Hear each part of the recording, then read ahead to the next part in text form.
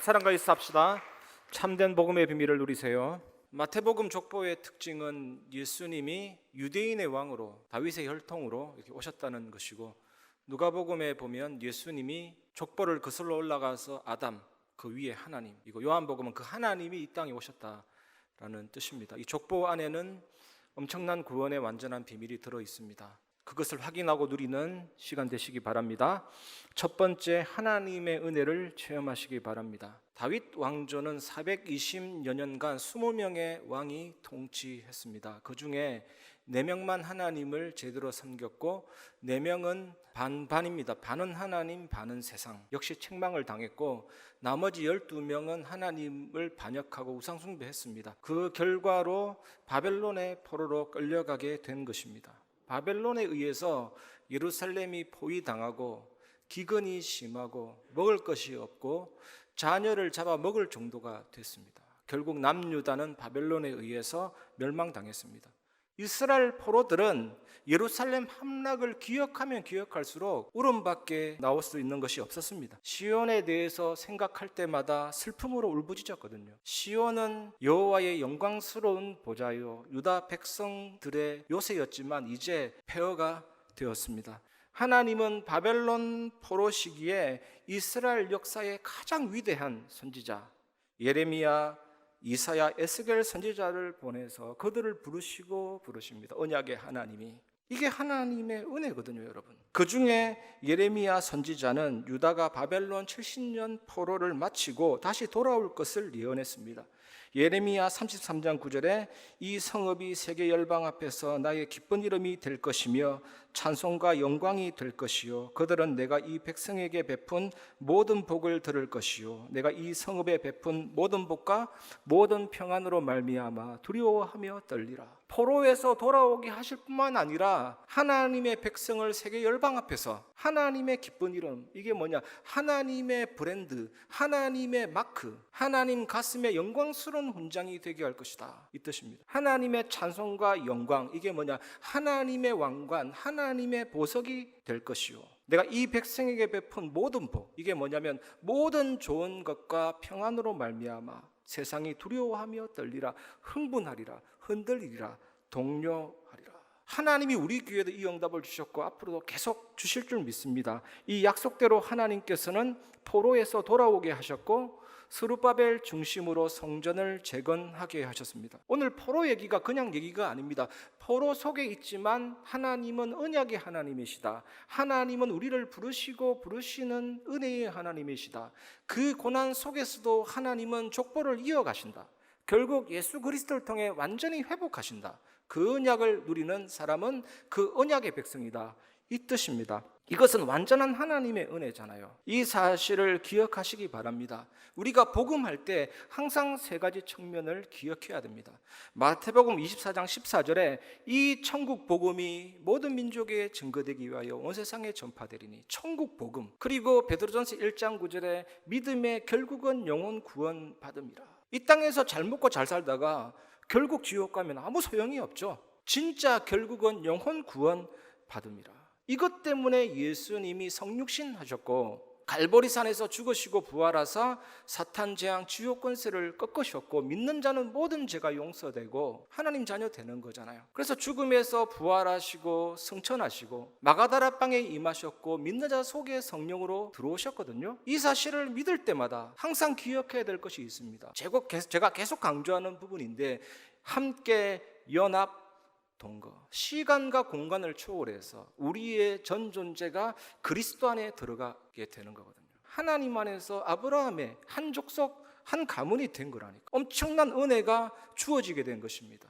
오늘 여러분에게 어떤 문제가 있어도, 어떤 질병이 있어도, 어떤 끊지 못하는 죄의 습관이 있어도, 저항할 수 있는 힘조차도 없다 할지라도 기억해야 될 것이 뭡니까? 내가 그리스도와 함께 십자가에 못 박혔고 그 옛사람은 끝났다. 그리스도의 영이 너희 안에 거하시면 너희 몸은 죄로 인하여 죽은 것이나 너의 영은 의로 인하여 살게 된 것이니라. 그 힘 가지고 집착이든 중독이든 모든 것을 다 이기는 것이 복음의 능력입니다. 죄도 이기고 세상도 이기고 사탄도 이기고. 이 엄청난 은혜를 누리시기를 바랍니다. 그래서 우리는 예수 그리스도를 믿고 영접해서 하나님의 구원의 족보, 은혜의 족보 속으로 들어간 영적인 아브라함의 자손입니다. 이런 하나님의 자녀에게는 항상 영원히 하나님의 은혜가 함께 하십니다. 이번 한 주간 하나님의 은혜를, 복음의 능력을 체험하시기 바랍니다. 그리고 두 번째, 하나님의 완전한 일하심을 체험하시기 바랍니다. 고레스는요, 자신의 뜻과 자신의 의지로 포로 귀환과 성전 재건을 허락했다 이러지만 하나님이 예레미야에게 하신 말씀을 성취하신 것입니다. 하나님이 고레스의 마음을 감동시킨 것입니다. 그런데 고레스는 전혀 몰랐을 거예요. 그냥 내 뜻과 내 의지대로, 내 정책대로 했다라고 하지만 하나님이 말씀을 이으시고 하나님이 고레스의 마음을 감동시킨 거거든요. 그런데 상충되지 않습니다. 인간의 자유의지와 하나님이 창세전에 영세전에 결정한 그 사건은 부딪히지 않습니다. 모든 것이 하나님의 뜻을 이룬다니까요. 그러니까 하나님이 완전하십니다. 바로가 마음이 완악해서 이스라엘 백성들을 막 죽이려고 했지만 하나님이 그 마음을 완악하게 하셨고, 하나님이 그걸 통해서 흑암을 무너뜨리고 애굽을 무너뜨리는 그 역사로 영광 받으시고 출애굽하셨거든요. 절대로 부딪히지 않습니다.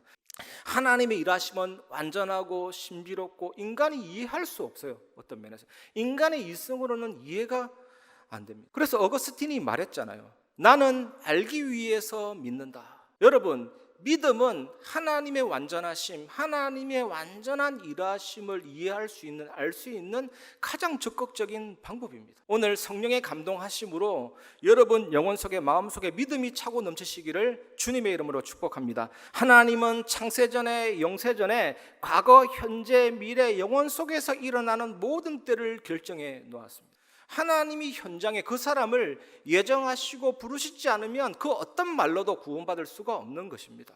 그래서 회개, 믿음, 구원보다 훨씬 앞서 있는 것이 하나님의 예정이고 하나님의 부르심이죠. 어느 족속 누구가 예정되는지 하나님이 아십니다. 그 사람을 하나님이 반드시 구원하시거든요. 그럼 그 절대 주권을 믿고 이제는 기도하고 말씀 붙잡고 응답 누리다 보면 하나님은 생명 살리는 역사로 응답하실 것입니다. 은혜의 족보 속으로 하나님이 불러주셔서, 하나님 우리를 이끌어주셔서 은혜로 들어가게 된 하나님의 자녀거든요. 그런 정체성 안에서 이번 한 주간 말씀과 기도로 하나님의 일하심의 완전하심과 그 신비를 체험하시기를 주님의 이름으로 축복합니다.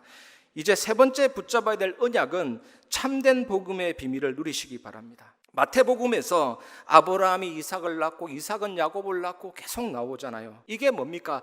아버지가 아들을 낳는 형식으로 기록되어 있습니다. 이 말은 아버지가 아들을 낳는 거 아니잖아요. 어머니가 낳지만 뜻이 뭐냐? 이삭의 아버지 아브라함, 야곱의 아버지 이삭, 이런 식으로 족보가 전개되죠. 그러다가 전혀 다른 형식과 표현이 나옵니다. 마태복음 1장 16절, 야곱은 마리아의 남편 요셉을 낳았으니 마리아에게서 그리스도라 칭하는 예수가 나시니라. 좀 전에 표현했던 형식을 따지면 요셉은 예수를 낳고 이래야 되는데 마리아에게서 그리스도라 칭하는 예수가 나시니라. 요셉은 예수님의 아버지이지만 육적인 아버지는 아니다.